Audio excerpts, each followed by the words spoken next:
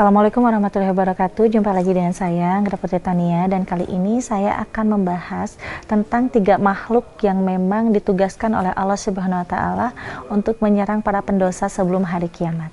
Sebelum kita lanjut, jangan lupa like, share, and subscribe IMP Entertainment News Channel. Terima kasih.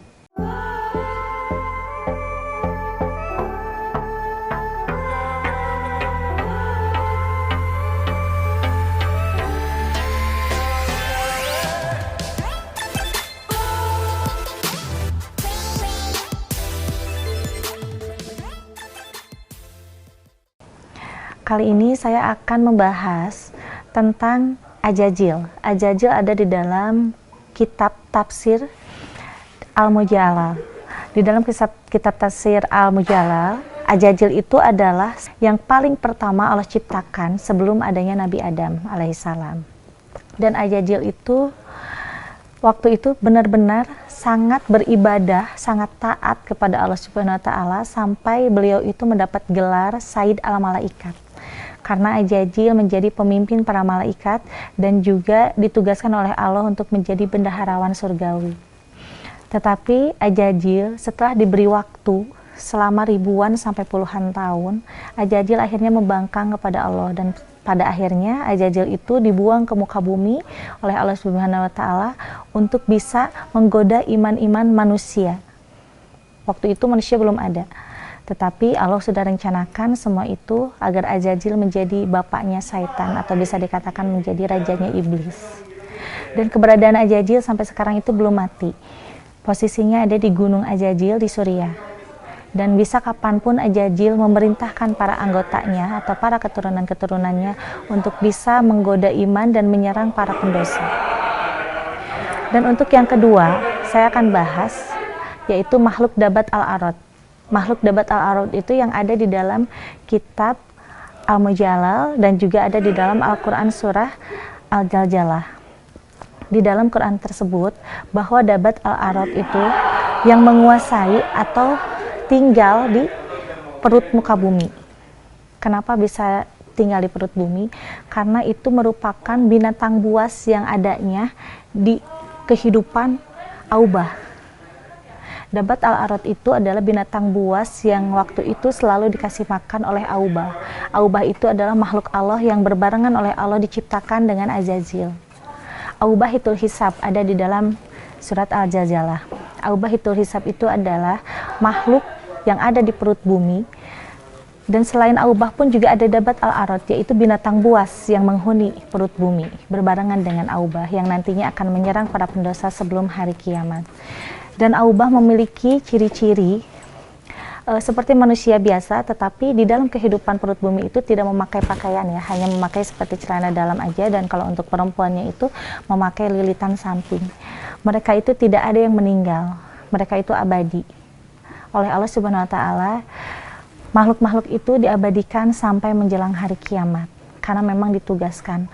Jadi di saat nanti sebelum hari kiamat akan bermunculan di muka perut bumi ini seperti Dabat al-Arad, terus Aubah, dan juga akan meletus gunung Ajajil yang ada di Suriah untuk menyerang semua para pendosa.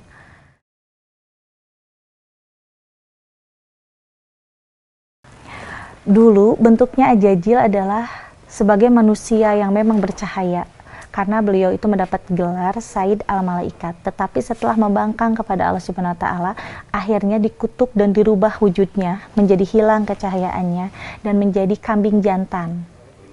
Kambing jantan yang sangat besar, yang mulutnya itu seperti monyong ke depan, terus memiliki tanduk, dan tanduknya itu memiliki 5. 2 di sebelah kanan, 2-nya lagi di sebelah kiri, dan satunya lagi meluncung ke atas, ke belakang. Nah, itu perwujudan dari Ajajil. Akhirnya Ajajil menjadi bapak iblis yang disebut dengan Al-Hirat. Ya, karena dikutuk akhirnya bukan menjadi manusia, yaitu menjadi rajanya setan atau rajanya iblis. Dan nanti akan berubah menjadi manusia setelah penyucian dosa, yaitu sebelum menjelang akhir hari kiamat. Setelah Ajajil menyerang para pendosa rata di muka bumi ini, disitulah Ajajil akan berubah menjadi jati dirinya, yaitu menjadi manusia kembali yang bercahaya, dan akhirnya dimasukkanlah oleh Allah Subhanahu wa Ta'ala ke dalam surga. Karena itu, kenapa Ajajil sekarang menjadi Raja Iblis? Karena memang itu udah perintah dari Allah Subhanahu wa Ta'ala untuk menyerang para pendosa dan menggoda iman-iman manusia.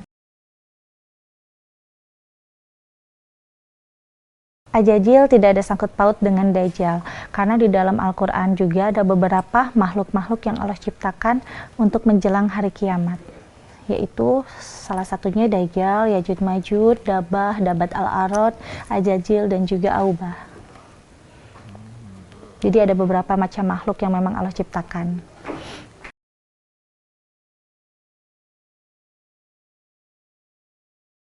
Yang pertama akan dikeluarkan itu adalah Aubah dulu. Jadi sebelum menjelang hari kiamat, bisa dikatakan kurang lebih 10 tahun sebelum menjelang hari kiamat akan bermunculan hewan buas yang dikatakan, yang dinamakan dengan Dabat Al-Arad. Itu di dalam perut bumi akan keluar bermunculan untuk menyerang para pendosa yang memang tidak punya iman dan takwa kepada Yang Maha Kuasa. Setelah Dabat Al-Arad, tidak lama kemudian Aubahitul Hisab pun akan datang, akan bermunculan di dalam perut bumi itu. Dan dari sekarang itu Aubah melihat dan menilai satu persatunya manusia yang memang berbuat zolim. Di saat nanti si manusia tersebut yang memang udah terlihat oleh Aubah itu zolim, terus si orang tersebut meninggal dunia, itu akan tetap hisabnya itu masuk ke dalam anak cucunya sampai ke 7 turunan. Jadi sebenarnya Aubahitul Hisab itu dari zaman Nabi Adam sampai sekarang pun juga itu ada. Dan akan selalu 7 turunan per 7 turunan itu akan diciri, kalau bisa dikatakan kalau sunnah itu dicirian gitu dari dulu sampai sekarang, ditandai.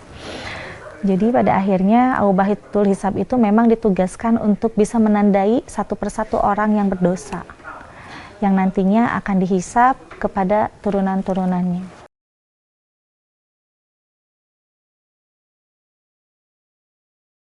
Bentuk penyerangannya itu nanti akan terjadi sesuai yang di dalam surat Al-Zalzalah ya. Ketika nanti bumi mengguncang, itu akan bermunculan seperti Dabat Al-Arad dan Aubah, akan bermunculan di muka bumi ini sebagai fenomena yang sangat luar biasa. Karena manusia-manusia asing atau makhluk-makhluk asing yang ada di dalam perut bumi itu akan keluar dengan sendirinya dan menyerang seperti membunuh. Nah, kalau untuk Dabat Al-Arad itu bentuknya hewan-hewan buas seperti harimau, tetapi mempunyai 3 lapis bentuk. Jadi kan kalau misalkan harimau itu hanya belang saja gitu kan, kuning, hitam atau gimana. Nah ini setengah berbentuk seperti harimau, di tengah-tengahnya berbentuk seperti kuda, dan di bagian bawahnya itu berbentuk seperti buaya, kulit buaya. Jadi Dabat Al-Arad itu bentuknya ada 3. Dan itu semuanya berkembang biak di dalam perut bumi. Nanti begitu nanti akan muncul itu sebelum menjelang hari kiamat.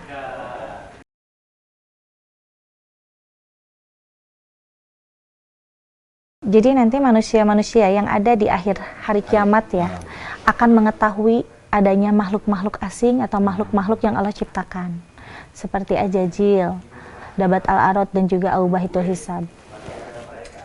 Jadi mereka pun nanti akan saling berlindung satu sama lain untuk tidak diserang oleh makhluk-makhluk tersebut.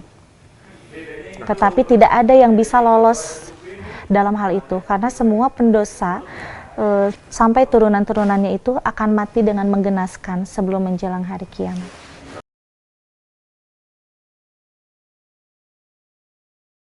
Kalau Aubah itu jenisnya bentuknya sama dengan manusia ya, cuman bedanya itu di hidung. Jadi hidungnya itu kayak rata, dari atas ke sini itu rata, tetapi punya lubang hidung yang memang sangat kecil, itu untuk bernapas.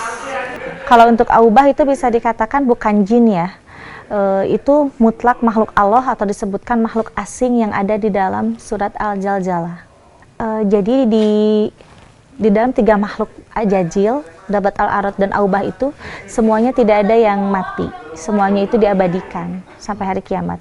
Walaupun nilainya lebih banyak daripada manusia, tetapi di situ sangatlah luas. Bahkan bisa dikatakan antara perut bumi dengan dunia ini lebih luas perut bumi. Karena di perut bumi itu ada lapisan-lapisan dari mulai lapisan 1 sampai lapisan ke-7.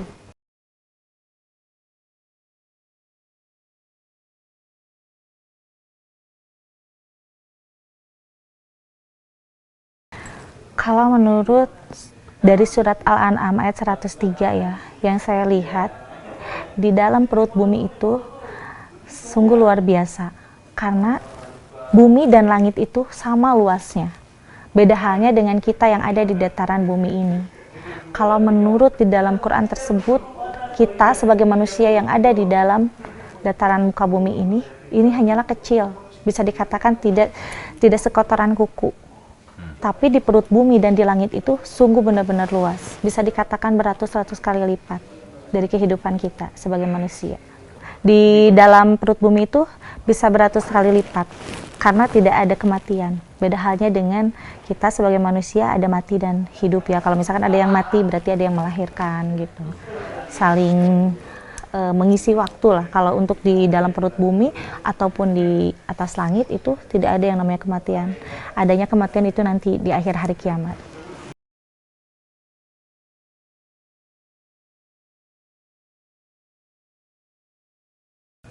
Di lapis langit juga ada, tapi di lapis langit itu lebih ke kita sebagai manusia harus menemui dulu penghakiman di dunia.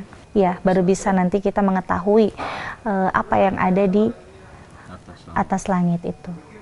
Kalau untuk di dalam kitab Ri'idatul Al-Qadir sih kita bisa ya melihat orang-orang yang sudah wafat yang memang tidak diterima oleh Allah Subhanahu wa taala. Karena di dalam kitab Ri'idatul Al-Qadir itu kalau kita sebagai manusia memang menguasai kitab Jurumiyah, itu kita bisa melihat roh-roh yang memang ada di atas langit bergelantungan, tidak mendapatkan tempat. Kalau untuk di alam kubur itu ada juga alam pembangkitan. Setelah manusia meninggal, itu kan dikuburkan. Setelah dikuburkan itu barulah dibangunkan kembali untuk mempertanggungjawabkan amal baik dan amal buruk kita. Setelah itu ada alam kebangkitan. Alam kebangkitan itu kalau misalkan golongan orang solihin itu bisa diberikan tempat.